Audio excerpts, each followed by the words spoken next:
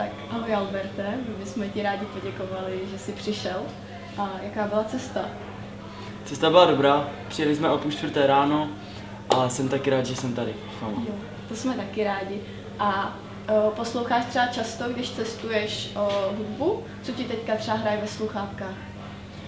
No, my posloucháme hudbu často v autě v dodávce a Vojta, což je náš manažer a řidič, měl takové přání, že na cestu do Anglie je potřeba vypálit nějaké CDčka, prostě aby se nestalo, že bude jedno CDčko hrát pořád dokola. Takže Jeroným, což je náš basák, Lake Malawi, vypálil nějaké Kings of Leon, Killers a nějaké další CDčka a musím říct, že Kings of Leon se vlastně stali soundtrackem tohohle tripu do Londýna a zpátky. Teď na podzim to je rok, co se Charlie Straight rozpadli. A ty ses vlastně rozhodl založit novou kapelu, Lake Malawi. A mě by zajímalo, proč ses nevydal solově, protože spousta lidí, včetně mě, si myslí, že na tu solovou dráhu máš potenciál. Seš přece jenom, seš hodně ambiciózní, seš charakter, máš i tu základnu fanoušků, tak proč jsi rozhodl pro tu kapelu?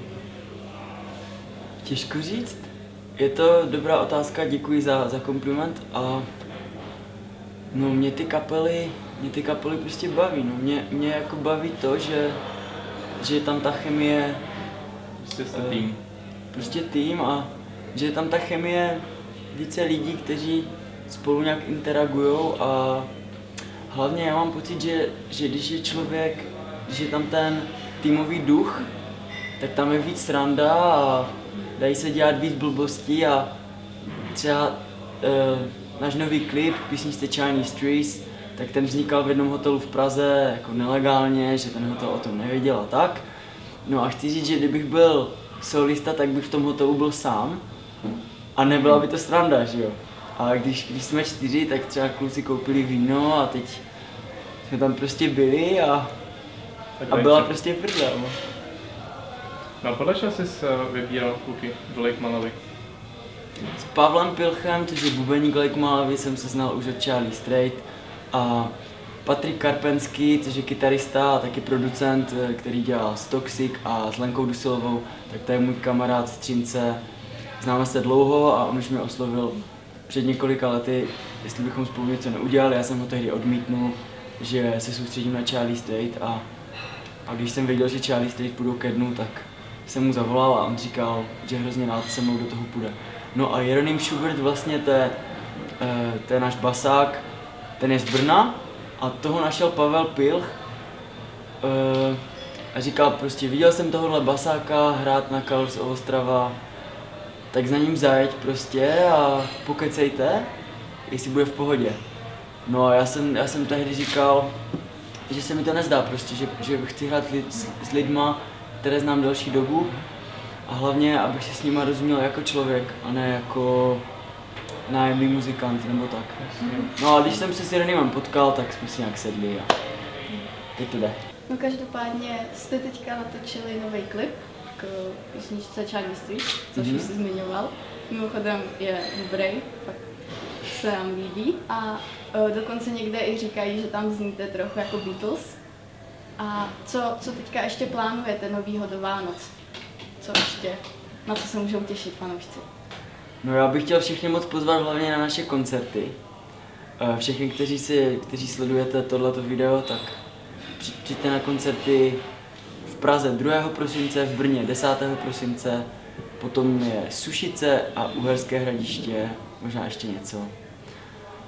Takže na tohle se teďka soustředíme nejvíc a hlavně na to, aby ty koncerty byly dobré, takže měli jsme zkoušky a budeme ještě hrát. A co tak v rámci té kapely teďka po tom cca roce, co třeba bereš jako největší úspěch, co jste docílili? Těžko říct, jestli je to úspěch, asi jo, ale nejvíc jsme s kapelou čuměli, když jsme si mohli zahrát před kapelou 30 Seconds to Mars.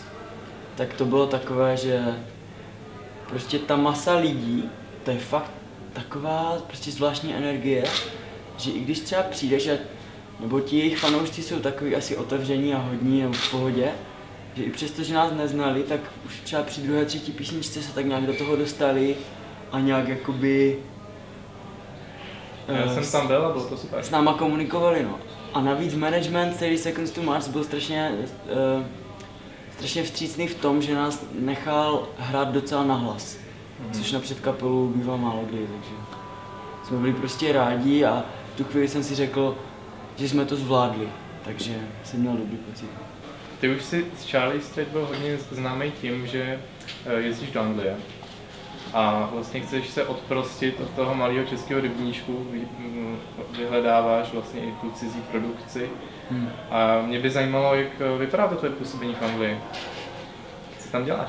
Tak vypadá to tak, že přijedu do Londýna do takového domu, kde je 8 koček. Ten dům patří Johnovi s Ahmedem, což jsou homosexuálové, kteří jsou spolu 30 let. A těch 8 koček to jsou jako jejich děti. No a já tam vždycky přijedu a mám tam takový pokoj, ve kterém vždycky bydlím.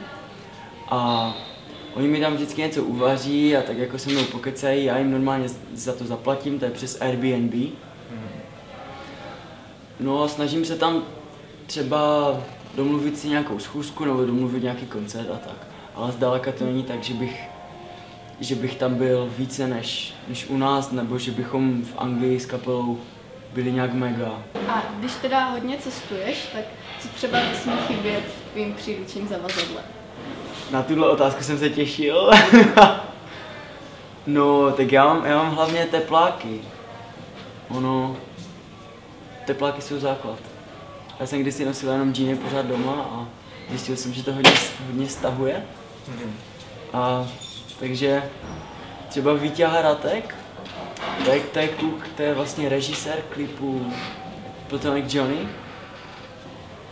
A ten říkal, že Karl Lagerfeld říkal, že tepláky jsou osobní prohra. Ale já říkám, jsou prostě super. V čem je Anglie jiná než Česko? Respektive jako mentalita lidí a tak? No hlavně co se týče těch koncertů, tak já mám pocit, že tam chodí víc chlapí. Že třeba 40letý borec nebo 50letý chlap třeba jde jako na mladou kapelu na koncert se podívat, protože to tam je tak nějak jako historicky, že je to jako když třeba u nás se chodí na fotbal, tam se chodí taky na fotbal, ale tam mám pocit, že je tam prostě v hledišti víc chlapů, všude, v těch klubech, jo, na ty klubové kapely. Já vím, že jsi hodně ambiciózní. Tvým snem bylo to za Charlie Street, bylo vystupovat v Glastonbury. Dokonce jsem četl i plakát doma, by ti to motivovalo. Mění se něco na tom? Na tom se nic nemění, akorát jsem zjistil, že to možná není až tak úplně jako mega nebo nějaká nedosažitelná věc. Protože Glastonbury je jeden z největších festivalů, tak je tam milion stagí a není zase takový problém na nějaké menší stage si třeba zahrát, myslím. Takže bych možná měl ten svůj sen nějak jako přeformulovat nebo posunout trošku dál, protože když by se třeba stalo, že třeba příští léto bychom tam zahráli na nějaké BBC Introducing Stage pro mladé kapely, tak co bych dělal potom, že jo? Co bych v těch rozhovorech říkal? No, že chceš vyprodat Madison Square Garden. A ty si taky hodně potrpíš na svém stylu oblíkání.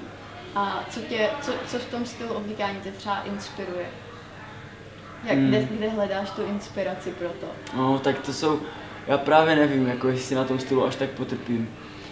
Já si myslím, že to je spíš taková nějaká náhoda, ke které došlo nějak, že někdo někde, nebo možná, já nevím, nebo možná si na tom potrpím nakonec.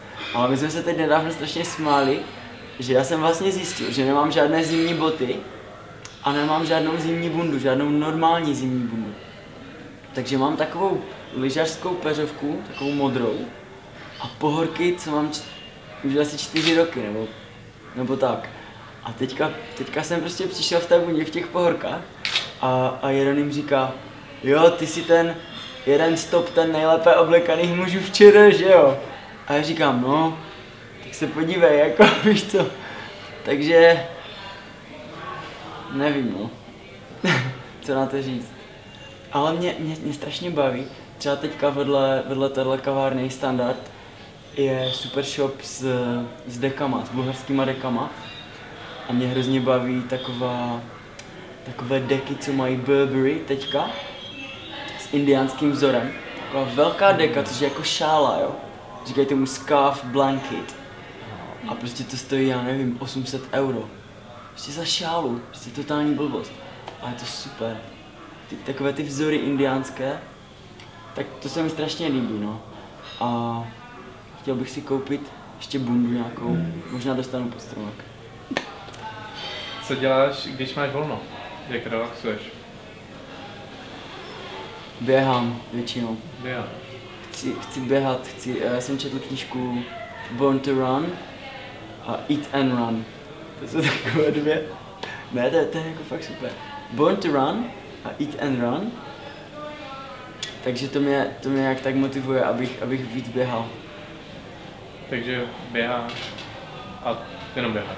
No v poslední době jsem si ještě říkal, že jsem dlouho nebyl na kolečkových bruslích a na skateu. Protože když jsem jezdil ve skateparku ve 13, dokonce závody, že jsem jako skákal a tak. Takže to mi chybí.